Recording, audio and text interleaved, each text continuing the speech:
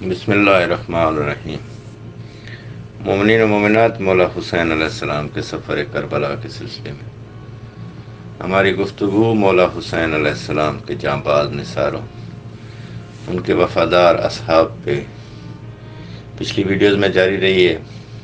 آج بھی انشاءاللہ اس گفتگو کے سلسلے کو جاری رکھیں گے۔ پچھلی ویڈیوز میں جن اصحاب کا ذکر کیا اور جن کا آج بھی ذکر ہوگا، تو جو بھی مومن ان اصحاب امام علیہ السلام کے بارے میں پڑھتا ہے یا سنتا ہے تو انسان فیصلہ نہیں کر پاتا کہ ان میں سے کس کے کارنامے سب سے الگ ہیں۔ یہ ہر شخصیت ہی اپنے آپ میں ایک انجمن تھے، ہر کوئی کربلا کا ہیرو ہے۔ بندہ فیصلہ نہیں کر پاتا کہ ہم کسے کہیں کہ جیسا کارنامہ انہوں نے کیا ہے ایسا اور کسی نے نہیں کیا۔ آپ جناب حبیب کا واقعہ سن چکے، جناب زہیر بن کین کا سن چکے، جناب ہاشم بن عتبہ کا سن چکے، جناب مسلم بن اوسجہ کا، جناب واہب کلبی کا، جناب عبداللہ بن عمیر کلبی کا، اور باقی اصحاب کا بھی سب کا ذکر کیا میں نے، جناب حر علیہ السلام کا، باقی سب کا بھی، جیسا کہ جناب جون کا صرف اس بات پہ کہ مولا نے انہیں اجازت دے دی میدان میں جانے کی، ان کا خوشی سے خیام کے ارد گرد چکر لگانا اور خوش ہونا اور خوشی سے یہ بتانا کہ مولا کتنے کریم ہیں کہ مجھ جیسے کو بھی میدان میں جانے کی اجازت دے دی۔ تو اسی طرح آج ہم جس شخصیت کا ذکر میں آپ سے سب سے پہلے کروں گا، مجھے ذاتی طور پر ان کا تذکرہ کرنا، ان کا تذکرہ پڑھنا سب سے زیادہ پسند ہے۔ ان کا نام ہے جناب عابس ابن شبیب شاکری۔ حالانکہ شاکر ان کے دادا کا نام ہے، لیکن یہ اپنے دادا کے نام سے مشہور ہو گئے تھے شاکری۔ شاکر ان کا قبیلہ ہے، بلکہ یہ عابس ابن شبیب بن شاکر بن ربیع بن مالک بن صاحب بن معاویہ بن کثیر بن مالک بن حشم بن حاشد الحمدانی الشاکری۔ تو ان کے دادا کا نام بھی شاکر ہے اور ان کا قبیلہ بھی شاکری ہے۔ اب ان کی گفتگو کہاں سے شروع کی جائے؟ میں ان کا تعارف آپ کو دو طرح سے کرواتا ہوں۔ ایک ان کا وہ تعارف جو معصوم کی زبان سے ہے، دوسرا وہ جو میدان کربلا میں دشمن نے ان کا تعارف کروایا ہے۔ یہ جناب عابس بن شبیب الشاکری جو امیر المومنین علیہ السلام کے اصحاب میں سے ہیں، اور مولا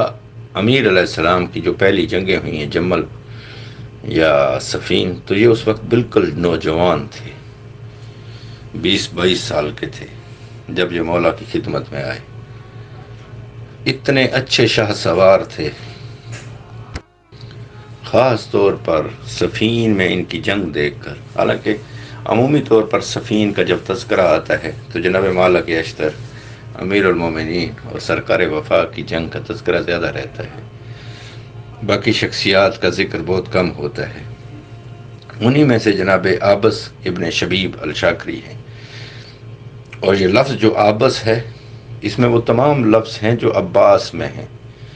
جیسا کہ آپ سب جانتے ہیں کہ شیر کی مختلف حالتوں کے مختلف نام ہوتے ہیں، غضنفر ہے، عباس ہے، حیدر ہے، اسی طرح عابس بھی شیر کی ہی ایک کیفیت کا نام ہے۔ تو جناب عابس بن شبیب الشاکری نے جنگ صفین میں جنگ کے اور اپنی وفاداری کے ایسے جوہر دکھائے امیر المومنین علیہ السلام کے سامنے، اور پھر جب انہوں نے نیزوں پہ قرآن بلند کیے تھے تو سب سے زیادہ جس بندے نے احتجاج کیا تھا کہ جب ناطق قرآن کا حکم ہے تو بے شک سامت قرآن یہ اٹھائیں، ہمیں ہر حال میں لڑنا چاہیے، تو یہ جناب عابس بن شبیب الشاکری ہی تھے۔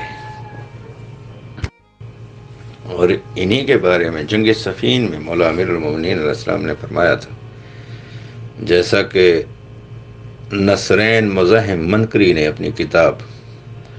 وقت الصفین میں لکھا ہے کہ مولا امیر المومنین علیہ السلام نے انہی جناب عابس بن شبیب کو سامنے بٹھا کے کہا،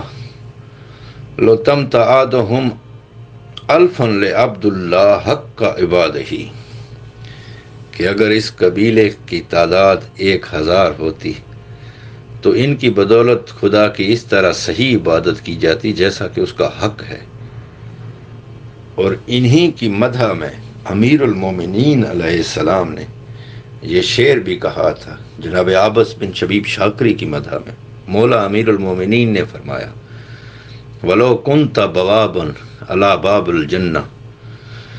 لَقُلْتَ لِحَمْدَانَ ادخلی بالسلام، لَقُلْتَ لِحَمْدَانَ ادخلی بالسلام۔ ان کا جو قبیلہ تھا، چونکہ یہ شاکر قبیلہ جو ہے یہ قبیلہ ہمدان کی ہی ایک شاخ تھی، اور انہی کے ایک بزرگ کے نام پر یہ ہمدان سے نکل کر پھر شاکر کے نام پر شاکری ہو گئے۔ تو یہ تعارف ہے جناب عابس بن شبیب بن شاکر بن ربیع کا۔ اور مولا حسین علیہ السلام سے محبت تو ظاہر سب صحابہ کو تھی، لیکن ان کو کوئی عجیب قسم کی محبت تھی مولا سے۔ جب مولا کے بہت سارے جانثار شہید ہو گئے کربلا میں، تو یہ جناب عابس بن شبیب الشاکری مولا کرسی پر تشریف فرما تھے۔ یہ جناب عابس اتنی محبت کرتے تھے اور اتنا احترام تھا ان کے دل میں مولا کا کہ یہ جب جنگ کی اجازت لینے کے لیے آئے تو گھٹنوں کے بل مولا کے سامنے ان کی کرسی کے سامنے بیٹھ کے اور آ کے عرض کیا، یا ابا عبداللہ اما واللہ ما امسى على وجه الارض قریبا ولا بعید اذا علا واللہ احب الى منك ولو قدرت على ان ادفع عنك الظیم والقتل بشیء اذا علی منی نفسی و دمی لفاق السلام علیک یا ابا عبداللہ اشہد انی علی ہداک و ہدا ابیک۔ واقع عرض کرتے ہیں مولا، واللہ اس زمین و آسمان کے نیچے، اس آسمان کے نیچے اور زمین کے اوپر کوئی نزدیک کا یا دور کا کوئی رشتہ مجھے آپ سے زیادہ عزیز نہیں ہے۔ مولا میرے پاس اگر اپنے جان یعنی اپنے نفس اور اپنے خون کے علاوہ کوئی ایسی چیز میسر ہوتی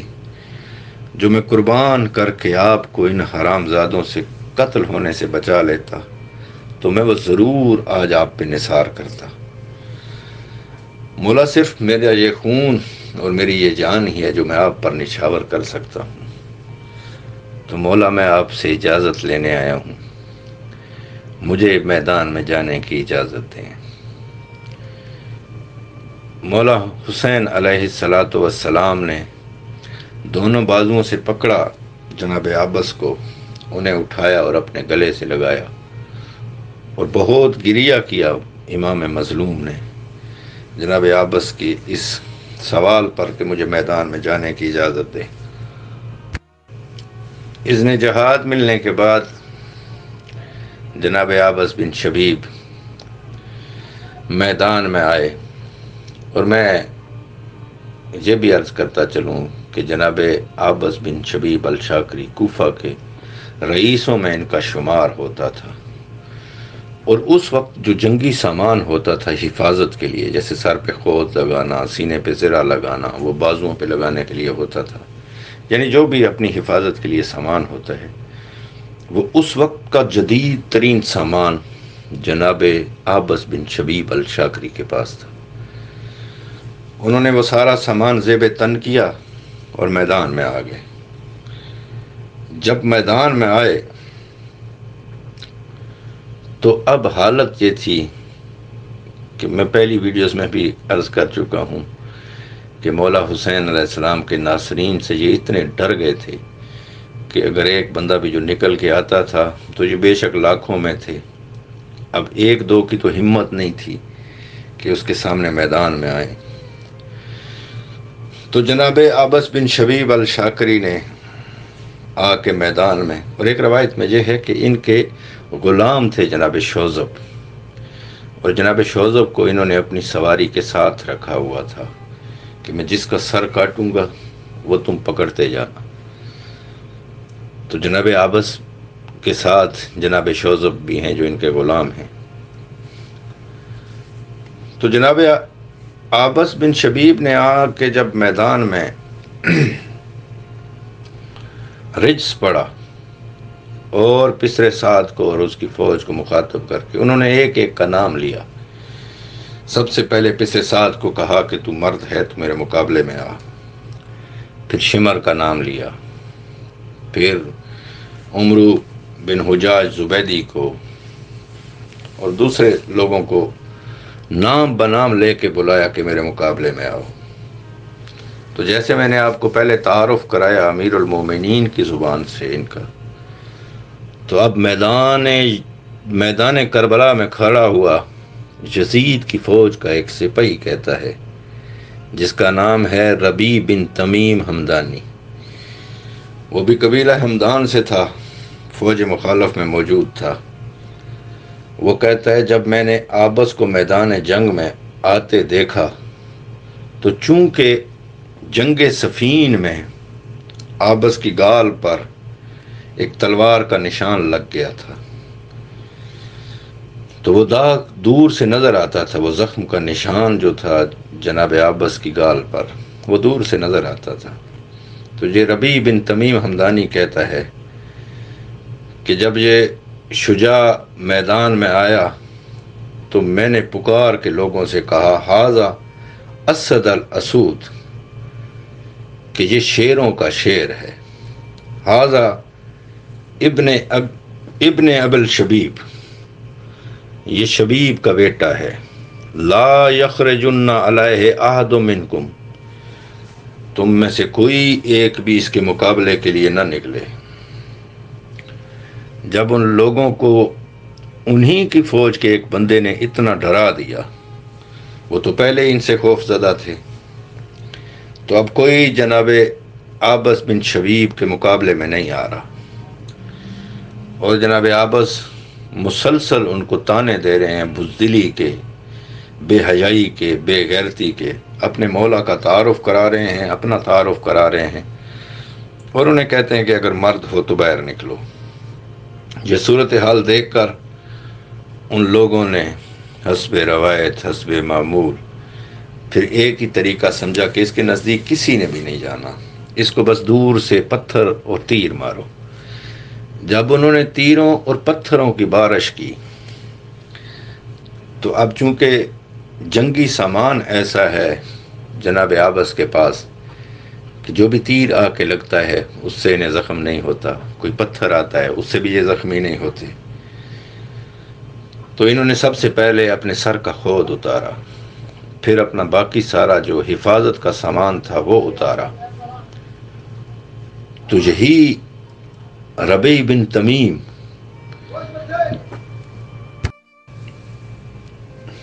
یہ شخص ربیع بن تمیم کہتا ہے کہ جب میں نے یہ منظر دیکھا تو میں حیران ہو گیا۔ پھر جب جناب عابس نے دیکھا کہ یہ حرام زادے میرے نزدیک نہیں آ رہے، تو یہی بندہ ہے جس نے جناب عابس کی جنگ کا احوال بیان کیا ہے۔ یہ ربیع بن تمیم کہتا ہے کہ واللہ میں نے اپنی آنکھوں سے دیکھا کہ ابن سعد کی فوج کے 300 آدمی تیر انداز اور پتھر باز وہ تھے جو تیر اور پتھر مار رہے تھے عابس کو، آبس نے اپنے گھوڑے پر چڑھ کر ان کے اوپر حملہ کر دیا اور اپنا تمام حفاظت کا سامان اتار دیا تھا۔ اب جناب آبس کو سر میں زخم ہونے لگے، جو لوگ پتھر مار رہے تھے۔ یہ ملعون کہتا ہے کہ واللہ میں نے دیکھا کہ وہ سارے لوگ آگے آگے بھاگ رہے تھے اور ان کے پیچھے آبس تھے۔ وہ کہتا ہے اسی اثناء میں آبس میرے پاس سے گزرے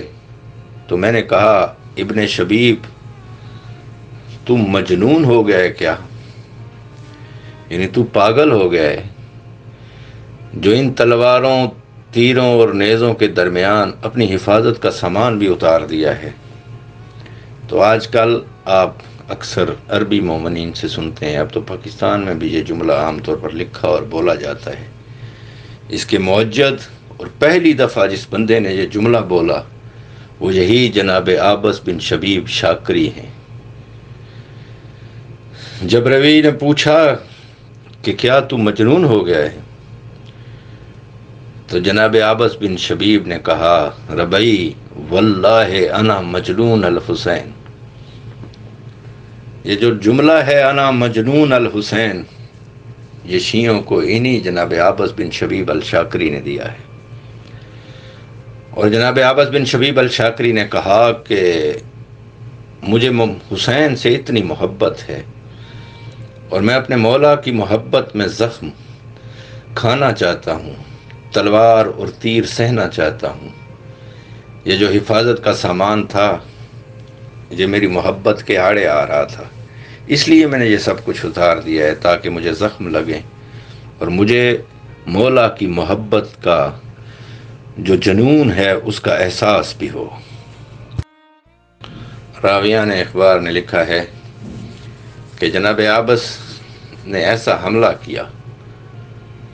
کہ پسر سعد کی فوج کا میمنہ میسرہ اور قلب لشکر کی ترتیب بالکل الٹ کے رکھ دی۔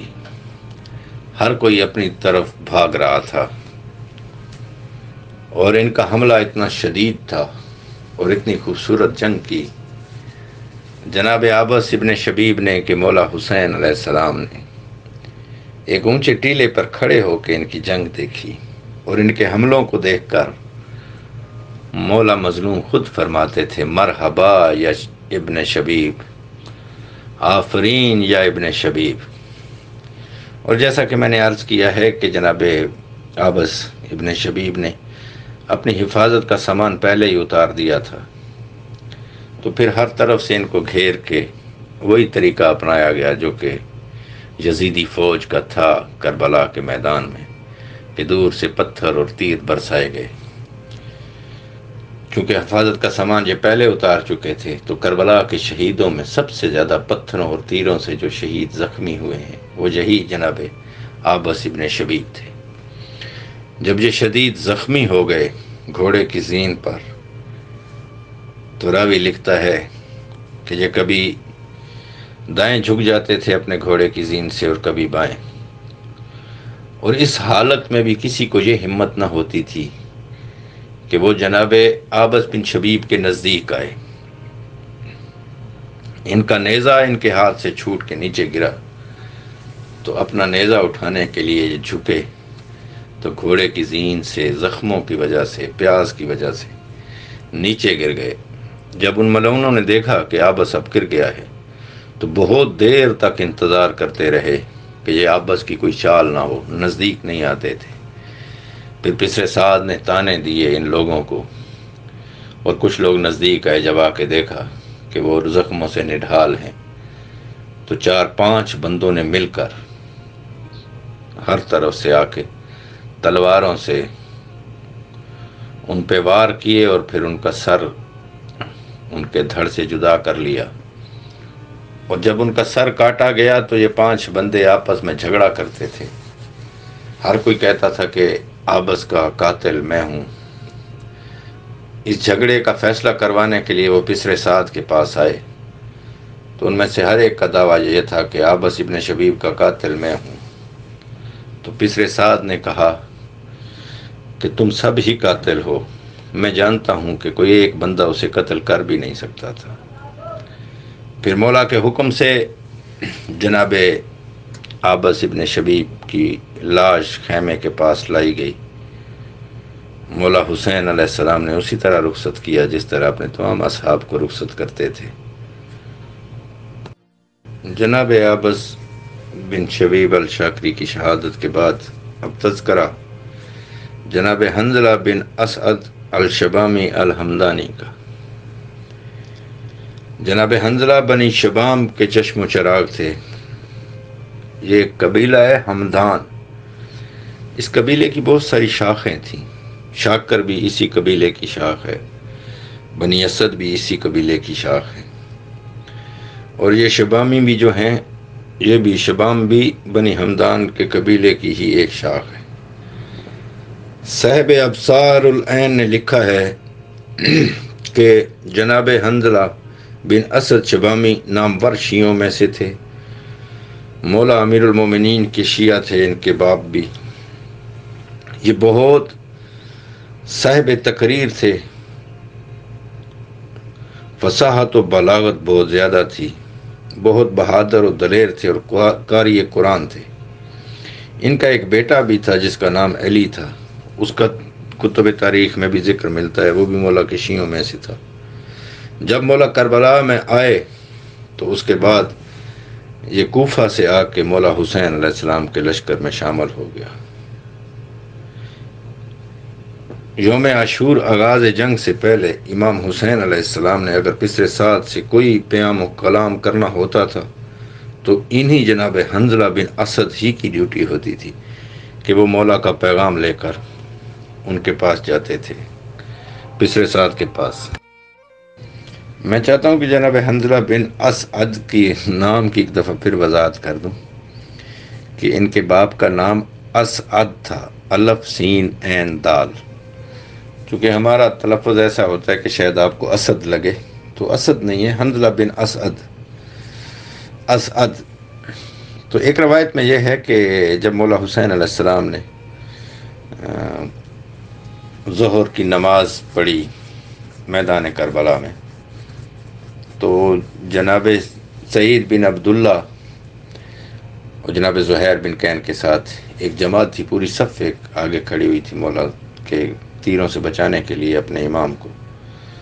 تو ان میں یہ جناب حنظلہ بن اسعد بھی شامل تھے۔ نہ صرف یہ کہ انہوں نے بہت سارے تیر کھائے اور اپنے امام کو تیروں سے محفوظ رکھا، بلکہ یہ بآواز بلند قوم اشقیاء کو مخاطب کر کے کہتے تھے، یا قوم انی اخاف علیکم مثل یوم الاحزاب مثل داب قوم نوح و عاد و ثمود والذین من بعدہم وما اللہ یرید ظلما للعباد ویا قوم انی اخاف علیکم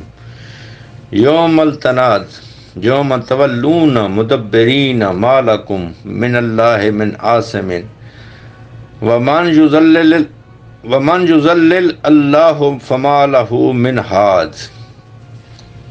یہ کہتے تھے کہ اے قوم، مجھے یہ اندیشہ ہے کہ کہیں تم پر پچھلی امتوں کے سے دن نہ پڑ جائیں،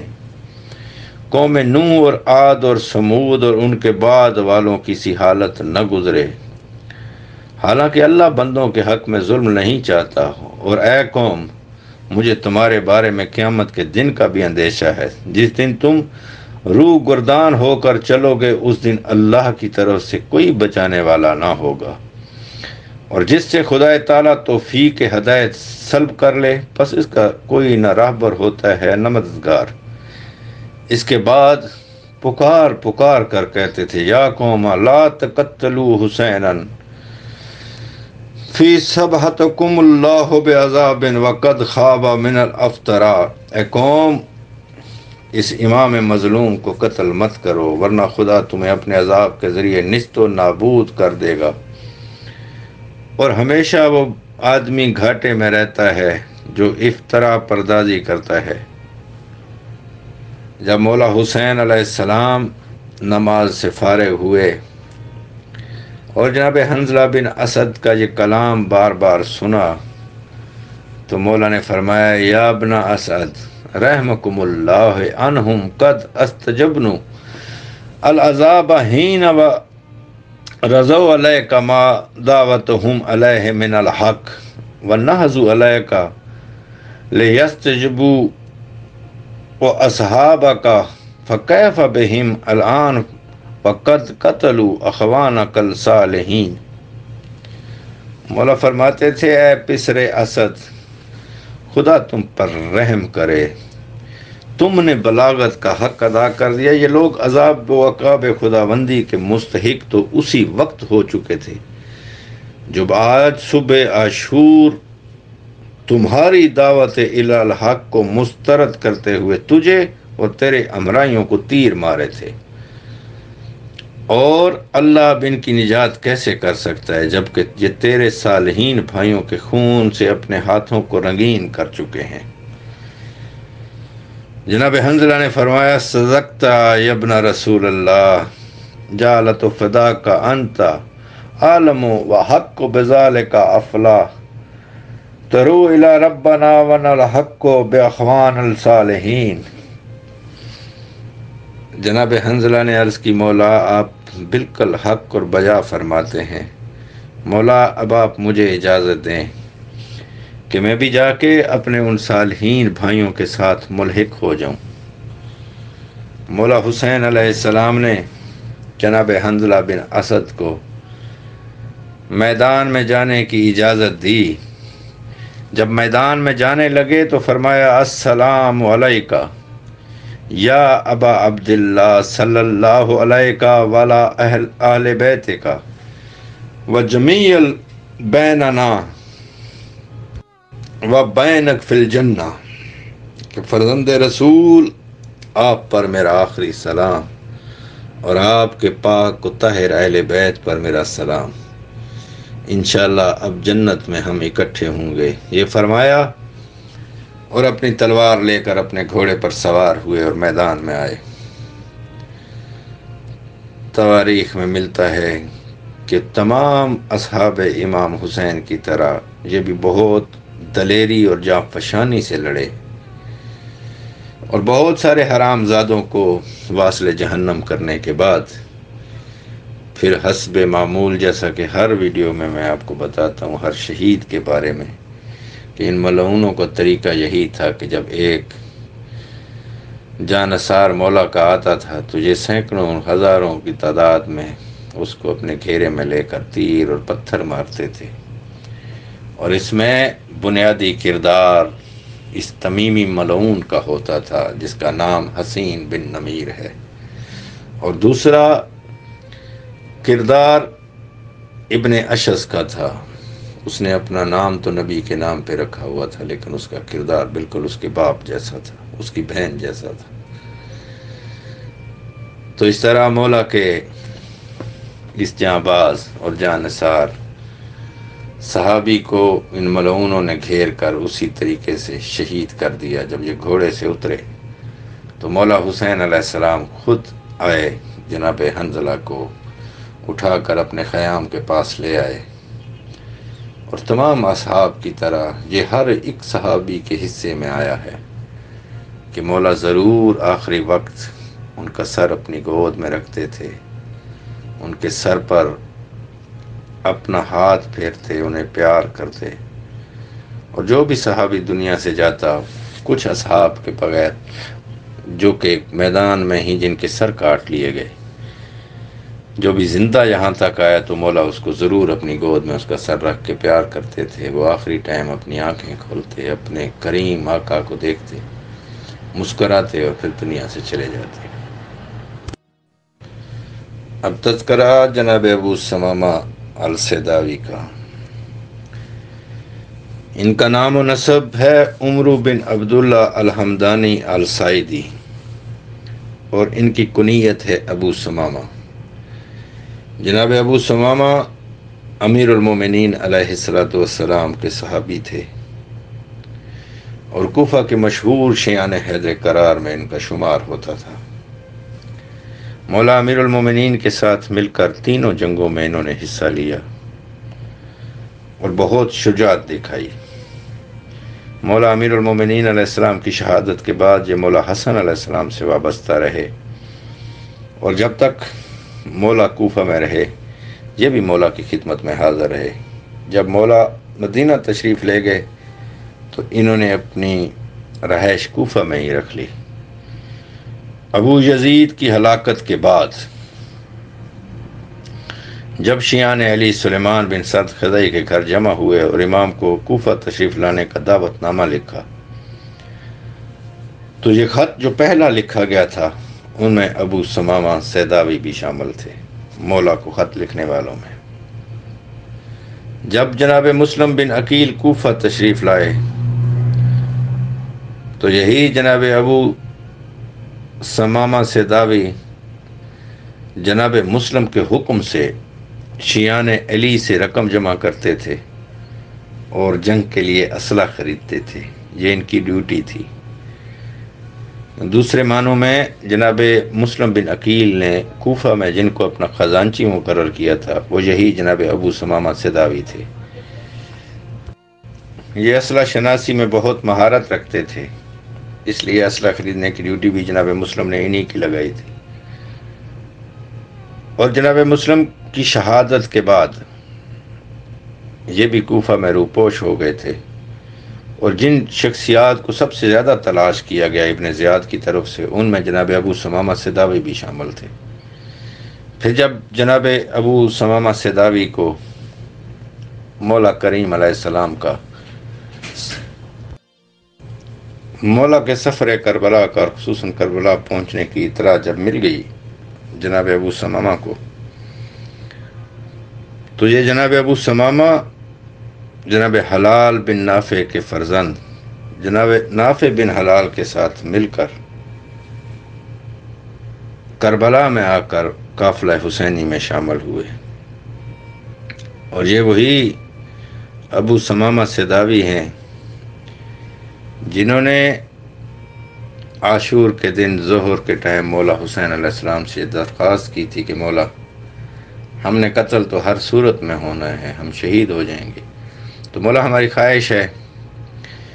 کہ یہ نماز ہم آپ کی اقتدا میں ادا کریں۔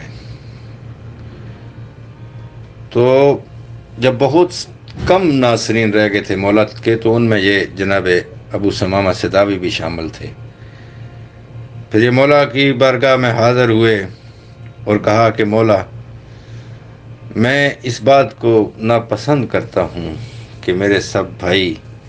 آپ پر قربان ہو گئے ہیں اور میں ابھی تک زندہ ہوں۔